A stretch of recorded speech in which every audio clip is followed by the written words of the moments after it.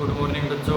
Online class में आपका स्वागत है। फर्स्ट ईयर एचडीपी जेनेटिक्स के अंदर अब अपने पढ़ रहे थे ब्रीडिंग सिस्टम यानी कि प्रजनन सिस्टम। तो प्रजनन प्रणाली के अंदर अपने कुछ प्रकार पढ़े थे और अपने पढ़ रहे थे। जो प्रकार था बारे आउटब्रीडिंग। आउटब्रीडिंग आपको मैंने बताया था, उसके 6 प्रकार पढ़े थे अपने। सबसे पहला शुद्ध प्रजनन, उसके बाद रेखीय संकरण, उसके बाद में बाह्य संकरण, उसके बाद में अपने पढ़ा था क्रॉस प्रजनन या संकरण। देखो बाह्य संकरण अलग है और एक क्रॉस ब्रीडिंग या संकरण अलग है। इनकी जो लैंग्वेज है उनको समझ के इनमें कंपैरिजन तुलना करते हुए आपको पढ़ना है। ये बातें अपने कर ली थी। उसके बाद में इनके लाभ कमियां पड़ी थी। ग्रेडिंग अप, अब अपने ग्रेडिंग अप के बारे में चल रहा था टॉपिक। तो ग्रेडिंग अप का मतलब है, ग्रेड का मतलब पता ही होता है आपको, जैसे A grade, B grade, C grade. तो ग्रेड का मतलब है कि कोई मान लो अपने प्लस पॉइंट होना। प्लस पॉइंट का मतलब है सुधार होना किसी चीज़ के अंदर, ठीक है। तो अप का मतलब होता है ऊपर, डाउन का मतलब होता है नीचे, आपको पता है। तो ग्रेड का ऊपर जाना किस क्षेत्र में, तो मान लो अपने बात कर रहे हैं प्रजनन के क्षेत्र में। तो इसमें मैंने आपको बताया था भी इस प्रकार ग्रेडिंग अप के अंदर क्या है, जो गैर वर्णित गायें हैं उनका जो विदेशी सांड है उनके मध्य जो अपने क्रॉस करवाते हैं। तो इस तरह से जब अपने क्रॉस करवाया तो जो पहली पीढ़ी प्राप्त हुई उसमें क्या है, जो अपनी माता थी उससे थोड़ा सुधार हुआ। फिर उसका जब आगे अपने विदेशी सांड के साथ जब अपने मैटिंग करवाएंगे या क्रॉस करवाएंगे तो जो आगे इस तरह से करते करते मैंने आपको बताया था कि चौथी से 5वीं पीढ़ी के आते आते क्या है कि जो अशुद्ध नस्ल की गाय थी, जो गैर वर्णित गाय मादा थी, वो 5वीं पीढ़ी तक क्या उसमें सुधार हो गया। और वो क्या है, जो विदेशी नस्ल थी वो उसमें 80 से 90% आने लगी। तो ग्रेडिंग अप, तो इससे क्या फ़ायदा हुआ कि जो गैर वर्णित गायें हैं, मादाएँ हैं, उनका जो है नस्ल सुधार हुआ, ठीक है। इसके अब अपने पढ़ रहे हैं लाभ। क्या पढ़ रहे हैं? लाभ, सॉरी कमियाँ। सबसे पहले अपनी इसकी कमी है, इस तरीके से उत्पन्न नर प्रणाली प्रजनन कार्यों के लिए अनुपयोगी होते हैं। क्यों? क्योंकि ग्रेडिंग अप के दौरान अपना जो टारगेट होता है वो होता है कि जो मादा जानवर है वो ज़्यादा से ज़्यादा प्राप्त हो और उनमें नस्ल सुधार हो। अगर मान लो आप सपोज करो फर्स्ट पीढ़ी के अंदर अपनों ने क्रॉस करवाया, जो गैर वर्णित गायें हैं जो अशुद्ध नस्ल की है उनका जो अपने विदेशी सांड के साथ क्रॉस करवाया, मान लो वो नर प्राप्त हो गया, तो वो नर तो न तो शुद्ध है न अशुद्ध है, बीच की कैटेगरी है, कोई 5-10% शुद्ध होगा। तो वो जो नर प्राप्त होते हैं वो इसकी कमी है भी, वो नर किसी काम के नहीं है। दूसरी इसकी कमी है, यह विधि केवल उसी स्थान या क्षेत्र में सफल हो सकती है जहाँ का वातावरण विदेशी नस्ल के लिए उपयुक्त है। एनवायरनमेंट, यानी कि जो ग्रेडिंग अप प्रणाली है ये वहीं कामयाब है जहाँ का एनवायरनमेंट है वो जो विदेशी नस्ल के सांड है उनके अनुकूल हो, तभी कामयाब है, नहीं तो ये कामयाब नहीं है। अगर वातावरण विदेशी नस्ल के उपयुक्त नहीं है तो इस तरीके को काम में लेने में सफलता नहीं मिलेगी, ठीक है। तो ये चीज़ रटनी नहीं है, 2 बेसिक सी बातें हैं कि जो ग्रेडिंग अप के अंदर जो संतति जो नर अगर प्राप्त होती है तो वो किसी काम की नहीं है। और दूसरा, इसके लिए एनवायरनमेंट अनुकूल होना चाहिए। अब जो अपने प्रकार है छठा, स्पीसीज हाइब्रिडाइजेशन। मैं बार बार दोहरा रहा हूँ कि आप इस तरह से जब वीडियो देखते हो तो उससे पहले जो करवा दिया उसको 5 या 10 मिनट पहले रिवाइज किया करो, फिर आगे जाना है। बारे प्रजनन इनब्रीडिंग पढ़ा आपने। सबसे पहले बात करता हूँ मैं पूरे चैप्टर की।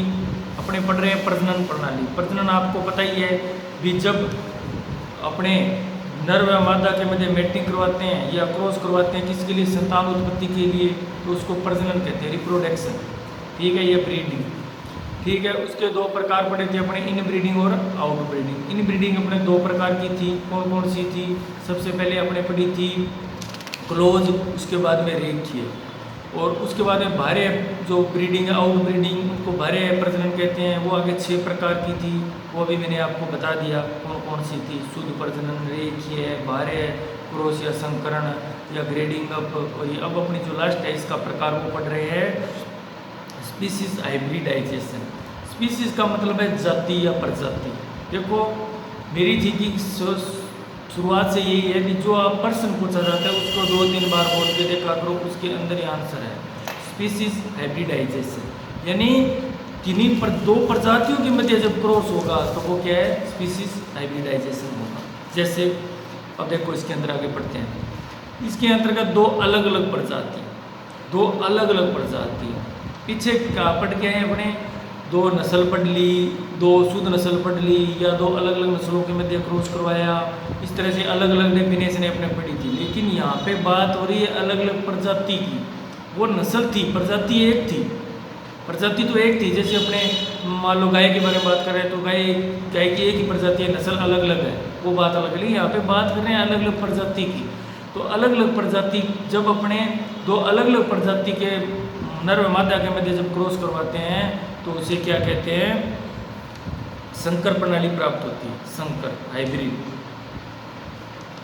देखो हाइब्रिड वहाँ भी प्राप्त हो रही थी भी जब अपने दो अलग अलग नस्लों के प्राणियों के मध्य, लेकिन वहाँ पे बात हो रही थी नस्ल की, यहाँ पे बात हो रही है प्रजाति की। अलग अलग प्रजाति के जब नर व मादा के मध्य क्रॉस करवाते हैं तो एक हाइब्रिड संतति प्राप्त होगी। संकर प्रणाली वह होता है जिसके जनक दो अलग अलग प्रजातियों के होते हैं, जिसके अंदर अलग अलग प्रजाति के होते हैं। जबकि क्रॉस ब्रीड प्रणाली वह होती है जिसके जनक एक ही प्रजाति के लेकिन अलग अलग नस्लों के होते हैं। वे मैं आपको बता चुका हूँ। अगर अपने बात करते हैं क्रॉस ब्रीड की, संकर की, संकर जो है या संकरण के द्वारा वो तो होती है अलग अलग नस्लों के मध्य, लेकिन यहाँ पे बात हो रही है अलग अलग प्रजाति के मध्य। ठीक है, तो स्पीसीज हाइब्रिडाइजेशन का मतलब क्या है, इसके अंतर्गत दो अलग अलग प्रजातियों के प्राणियों में आपस में संकरण कराया जाता है, उसे संकर प्रणाली कहते हैं। ठीक है, संकर प्राणी वह होता है जिसके जनक संकर प्राणी यानी कि हाइब्रिड एनिमल। ठीक है, क्योंकि अगर मान लो अपने बात करते हैं संकर प्राणी की तो अलग अलग प्रजातियों के मध्य हो गया। वहीं अगर अपने बात करते हैं जो संकर प्राणी है वो क्या है, जिनके जनक अलग अलग प्रजातियों के होते हैं। जबकि क्रॉस ब्रीड प्राणी, यहाँ पे आंसर अलग आ रहा है, यहाँ पे प्रश्न अलग पूछा जा रहा है। क्रॉस ब्रीड यानी कि संकर या संकरण प्राणी है जो वह होता है जिसके जनक एक ही प्रजाति के, प्रजाति एक होती है, नस्ल अलग होती है। अपने पीछे पढ़ के आए क्रॉस ब्रीड की यानी संकरण की, क्रॉस ब्रीड को हिंदी में क्या कहते हैं, संकरण। ठीक है, क्रॉस ब्रीड में अभी अपने पढ़ा था कि उसके अंदर प्रजाति तो एक है लेकिन नस्लें अलग अलग है, उसे क्या कहते हैं, cross breed animal, cross breed प्राणी कहते हैं। लेकिन संकर हाइब्रिड एनिमल कौन सा होता है जिसकी प्रजातियां अलग अलग होती है। पर्सन दो बन चुके हैं इसके अंदर। पहला पर्सन हाइब्रिड एनिमल, पर्सन पूछ लिया जाए भी हाइब्रिड एनिमल किसे कहते हैं, तो आपका आंसर क्या होगा, अभी जब दो अलग अलग प्रजातियों के नर व मादा के मध्य जब क्रॉस करवाते हैं तो जो संतति प्राप्त होती है उसे क्या कहते हैं, अपने संकर प्राणी या हाइब्रिड एनिमल। और दूसरा पर्सन क्रॉस ब्रीड, आप शब्द दोनों याद रखा करो। क्रॉस ब्रीड का मतलब है भी हिंदी में से कहते हैं संकरण। अब संकरण या क्रॉस ब्रीड शब्द कोई दिया जा सकता है, और मैं बार बार बोल रहा हूँ कि वहाँ पे लैंग्वेज ऐसी है कि जैसे अपने को लगेगा कि यार क्या पूछ लिया, कभी सुना ही नहीं, कभी पढ़ा ही नहीं, क्यों अपने ध्यान नहीं देते हैं। ठीक है, अब बात करते हैं क्रॉस ब्रीड की। क्रॉस ब्रीड के अंदर क्या होता है, एक ही प्रजाति के दो अलग अलग नस्लों के मध्य जब क्रॉस करवाते हैं तो वो क्या है, क्रॉस ब्रीड एनिमल होता है। ठीक है, अब इसके उदाहरण, हाइब्रिड एनिमल के उदाहरण। अब देखो प्रश्न पूछ रहा हूँ मैं, हाइब्रिड एनिमल, हाइब्रिड का मतलब है संकर, एनिमल का मतलब है प्राणी। वहीं दूसरा प्रश्न है क्रॉस ब्रीड, तो क्रॉस ब्रीड आते दिमाग में आ जाना चाहिए, प्रजाति एक है और उसके अलग अलग नस्लों के मध्य क्रॉस हो रहा है। और अगर मैं हाइब्रिड एनिमल पूछूं तो आपके दिमाग में आना चाहिए अलग अलग प्रजाति के मध्य जब क्रॉस करवाते हैं तो वो कौन सा होता है, हाइब्रिड एनिमल। वहीं अपोजिट क्वेश्चन है क्रॉस ब्रीड या क्रॉस एनिमल। ठीक है, ये आपको ध्यान रखना है। अब हाइब्रिड एनिमल के उदाहरण, सबसे पहले क्या है, खच्चर का। खच्चर आपने देखा होगा, खच्चर अपने जहाँ कभी आपके एरिया में खच्चर देखते हैं तो उसमें अपने को लगता है भी न तो ये गधा है और न ये घोड़ा है, बीच का रास्ता, बीच का जो जानवर है वो खच्चर है। क्योंकि उसमें आधे गुण तो किसमें दिखाई दे रहे हैं, अपने को थोड़ा थोड़ा मिलता जुलता लग रहा है भी गधा, नहीं गधा तो नहीं है, घोड़ा नहीं घोड़ा भी नहीं है, तो वो है क्या, खच्चर। अब देखो किन दो प्रजातियों से मिला है ये, तो ये जो प्रजाति मिली, एक तो गधा प्रजाति, गधे की प्रजाति, दूसरी घोड़े की प्रजाति, घोड़े की प्रजाति। जब अपने क्या है कि नर तो क्या होगा, गधा होगा, और जो फीमेल होगी वो घोड़े की प्रजाति होगी। तो जब इनके मध्य क्रॉस करवाते हैं तो खच्चर पैदा होता है। तो ये जो एग्जाम्पल है ये किसका है, हाइब्रिड एनिमल का। पहला है खच्चर। प्रश्न पूछा जा सकता है आपसे, खच्चर देकर आगे है ना, प्रश्न कंफ्यूज करने के लिए क्या लिख सकता है वो, मादागध गधा होगी फीमेल और जो मेल है वो नर हो गया। लेकिन इसके अंदर क्या है, नर गधे व मादा घोड़ी के संकरण से उत्पन्न। ठीक है, तो ये आपको ध्यान में रखना है। अगला एग्जाम्पल है जो हाइब्रिड एनिमल का, वो एग्जाम्पल क्या है, हिन्नी का। क्या है, हिन्नी। उसके अंदर क्या है भी, मादा तो क्या होगी, गधे, फीमेल गधे, गधे की प्रजाति की होगी, लेकिन जो मेल होगा वो क्या है, घोड़े की। तो इसके अंदर जब क्रॉस करवाएंगे तो जो कौन सी नस्ल पैदा होगी, हिन्नी। तो ये आपको कंफ्यूज करने के लिए दे सकता है भी, मान लो नर गधा क्रॉस का निशान लगाया और उधर दे दिया आपको फीमेल घोड़ी, तो जो पैदा होगा वो आगे ऑप्शन चेंज कर सकता है। लेकिन आपको ध्यान में रखना है, खच्चर, खच्चर पैदा होगा तो उसका जो मेल है वो तो होगा गधा और फीमेल होगा वो गया घोड़ी। दूसरा एग्जाम्पल पढ़ रहे हैं अपने हिन्नी की। ये आपको पढ़ने में आसान लग रहे हैं लेकिन बाद में मिक्सर होते हैं, पेपरों के अंदर मिक्स हो जाते हैं। ये मिक्स क्या हो जाते हैं, मिक्स अपने ये कर देते हैं। जैसे मान लो हिन्नी, हिन्नी किसमें क्या है, मादा तो गधे की प्रजाति होगी और जो नर है वो किसका होगा, घोड़े की प्रजाति होगी। तो इनके मध्य जब क्रॉस करवाएंगे तो जो तीसरी अलग ही प्रजाति वो कौन सी है, हिन्नी। नेक्स्ट है लाइजर। ये अपने है शेरों की प्रजाति, लाइजर। एक लाइजर किस्म है, ये नस्ल है जो किन के मध्य क्रॉस करवाएंगे भी, नर शेर और मादा चीते के संकरण से उत्पन्न है, वो क्या है, लाइजर। ठीक है, तो ये प्रश्न आ सकते हैं। इसी तरह से और एग्जाम्पल दिए है, येटल का दिया है, जिसे नर याक का मादा गोवंश के साथ करवाएंगे तो एक अलग प्रजाति प्राप्त होती है। तो ये एग्जाम्पल किसका है, हाइब्रिड एनिमल का। नेक्स्ट है टाइजन। जी मान लो टाइजन में नर चीता, वहाँ पे क्या पढ़ा था अपने, मादा चीता और नर शेर के मध्य। तो ये एग्जाम्पल इंपॉर्टेंट है आपके लिए, मिक्स होते हैं तो थोड़ा सा तरीके से याद कर लेना। टाइजन नर चीता और मादा शेर के मध्य करवाएंगे क्रॉस। एक है याकालो, तो नर याक और मादा भैंस। तो ये 6 एग्जाम्पल आपको याद रखने हैं। ठीक है, तो इस तरह से अपने बारे जो आउट ब्रीडिंग है उसके सारे प्रकारों का अध्ययन कर लिया। इसी तरह से आपको भी कंपैरिजन करते हुए, जो बुक में दिया ऐसे नहीं है जो 5 लाइन दे दी 5 का रट्टा मारने लग जाओ, नहीं, पहले समझना है कि इसकी मेन जो आंसर है वो पहले समझो और जो बाकी बातें वो बाद में ध्यान रखो। मेन बात अगर ध्यान होगी तो इसका मतलब उसके आगे जोड़ तोड़ करके आप पेपर में लिख सकते हो। मेन आपको पॉइंट ध्यान में रखना होगा। तो ये अपने इन ब्रीडिंग पढ़ लिया, आउट ब्रीडिंग के 6 प्रकार पढ़ लिए। अब जो है इसी में नेक्स्ट है कृत्रिम चयन या चयनात्मक प्रजनन। कृत्रिम को इंग्लिश में कहते हैं आर्टिफिशियल और चयन का मतलब है सिलेक्शन, यानी कि चयनात्मक प्रजनन, चयन करके फिर उनके बदले मैटिंग करवाना है, क्या है, चयनात्मक प्रजनन। कृत्रिम का मतलब आर्टिफिशियल, यानी अपने दबाव या अपने द्वारा उसका चयन किया हुआ है, उस हिसाब से जो अपने क्रॉस करवाते हैं तो वो क्या है, कृत्रिम चयन है। आगे देखते हैं इसमें क्या लिखा हुआ है। आर्टिफिशियल सिलेक्शन शब्द का सर्वप्रथम प्रयोग है वो चार्ल्स डार्विन द्वारा किया गया। तो ये शब्द आपको ध्यान में रखना है, वैज्ञानिकों का नाम है और रनिंग में रखना है।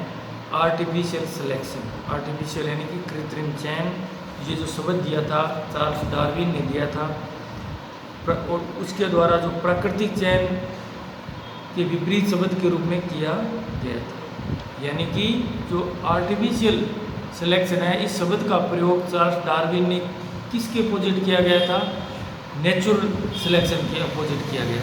ठीक है, इसके अंतर्गत मनुष्य द्वारा प्राणियों या पादपों का चयन विशिष्ट गुणों, बेहतर उत्पादन, प्रजनन, नस्ल सुधार आदि कार्यों के लिए किया जाता है। ये आपको पता है।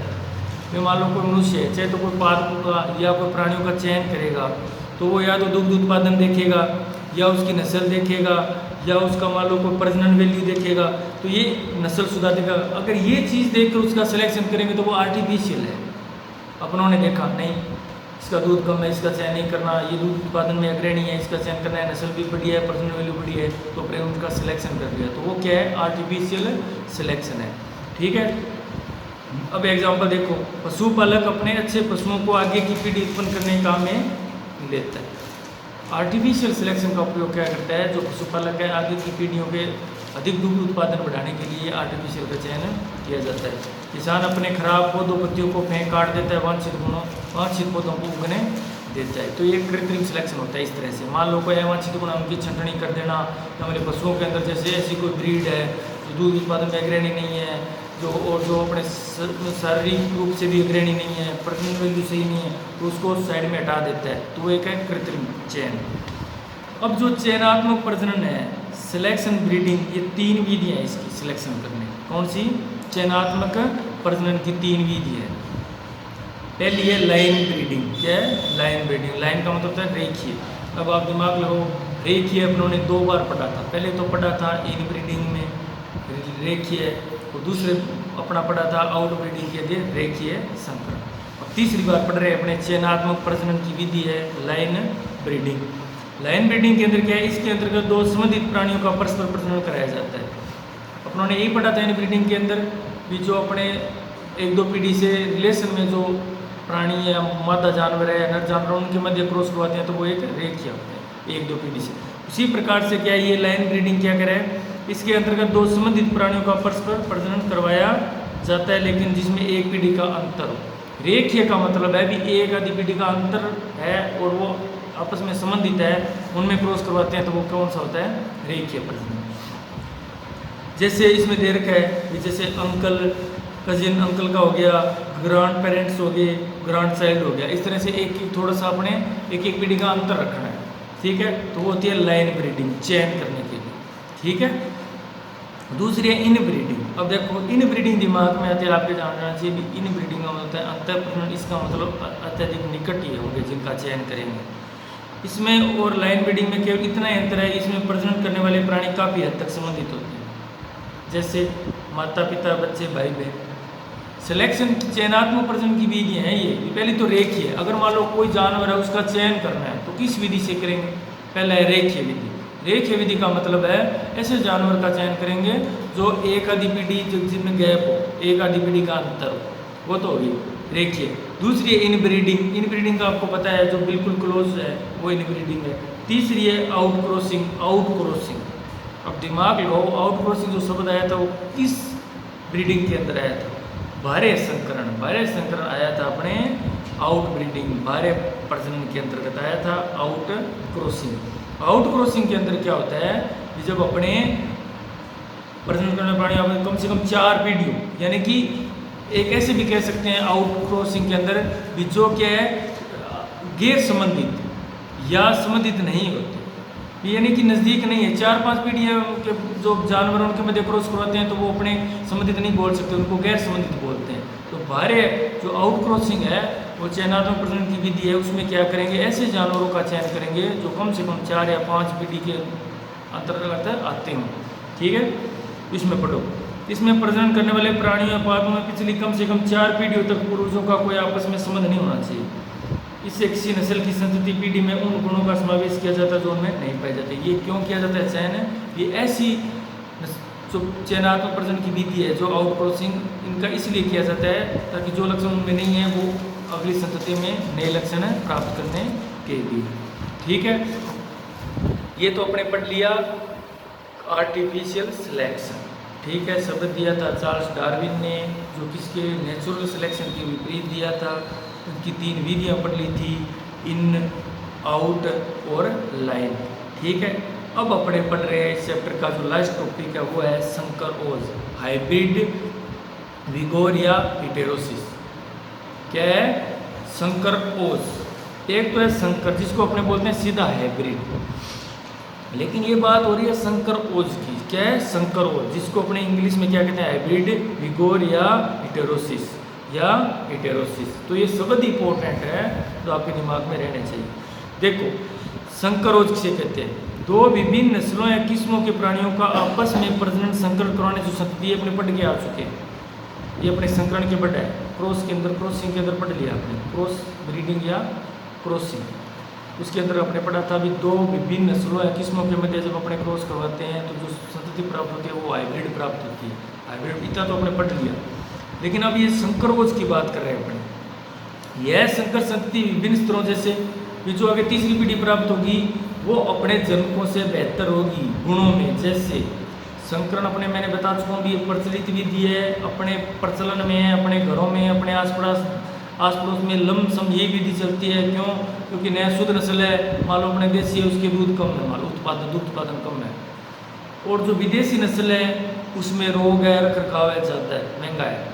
ठीक है, तो इस तरह से जब उनके मध्य क्रॉस करवाते हैं तो वो एक संकरण है, क्रॉस ब्रीड है। और वो जो क्रॉस ब्रीड होगी ना वो क्या होगी? दुग्ध उत्पादन में भी अग्रणी होगी और अपने प्रजनन वैल्यू भी बढ़िया होगी और उसकी जो अपने स्वास्थ्य संबंधी देख रेख है वो भी बढ़िया होगी। तो इसलिए अपने संकर जो ब्रीड है वो ज़्यादा चलती है। ये तो बात कर ली अपने संकर की। अब अपने बात करते हैं संकर ओज। अभी अपना टॉपिक चल रहा है संकर ओज, हाइब्रिड विगोर या इटेरोसिस। तो ये क्या चीज़ है, ये देखो क्या कह रहे हैं कि जो संकर प्राप्त हुई, मान लो कोई एक विदेशी नस्ल है और जो अपने सांड है विदेशी नस्ल का, उनके मध्य क्रॉस करवा के जो संतति प्राप्त की अपने हाइब्रिड, तो जो हाइब्रिड प्राप्त की वो अपने जनकों से बेहतर थी। वो किन किन गुणों में बेहतर थी, जैसे मान लो उत्पादन, आकार, ताकत, मानसिक शक्ति, ओज। अब शब्द क्या आया, ओज यानी कि पावर। जो मेन मनुष्य की पावर भी है वो ओज ही है। कोई भी मनुष्य है, प्राणी, पादप है, उसकी जो मेन पावर है वो ओज ही है। उसी के द्वारा वो उसका शारीरिक गठन होता है। तो इसने शब्द दे दिया। अभी मान लो जो तीसरी अपने नेक्स्ट पीढ़ी प्राप्त हुई है वो उत्पादन में अग्रणी होगी, आकार, ताकत, दुग्ध और ओज आदि पर जनकों से अधिक प्रभावशाली व दक्ष होती है। अतः संकर शक्तियों के इसी गुण को संकरोज कहते हैं। क्या कहते हैं, संकरोज कहते हैं। संकर जब दो विभिन्न नस्लों के मध्य क्रॉस करवाते हैं तो संतति प्राप्त होती है, उसे हाइब्रिड कहते हैं। ओज, विगोर या इटेरोसिस, जब वो दो विभिन्न नस्लों के मध्य क्रॉस करवाकर जो संतति प्राप्त करते हैं वो अपने जनकों से बेहतर होती है दूध उत्पादन में, ताकत में, आकार में और ओज में। तो उसे क्या कहते हैं, संकर ओज कहते हैं, हाइब्रिड विगोर या इटेरोसिस कहते हैं। तो समझ गए, संकर ओज। यह गुण सभी जगह मामलों में सही नहीं होता, यह कई बार ये कम भी हो सकता है। इसके अलावा इसके लिए संकरण जारी रखना पड़ता है। अगर आगे संकरण नहीं करवाया जाता है तो संकरोज कम भी हो सकता है। देखो, कोई ज़रूरी नहीं है कि हर बार अपने ये संकरण करवाएं और जो संतति है वो अच्छे गुणों वाली प्राप्त होती है, नहीं। कुछ % तक वो विलक्षणों वाली भी प्राप्त हो सकती है, यानी कि कम लक्षणों वाली। ठीक है, तो हर बार ये संभव नहीं है।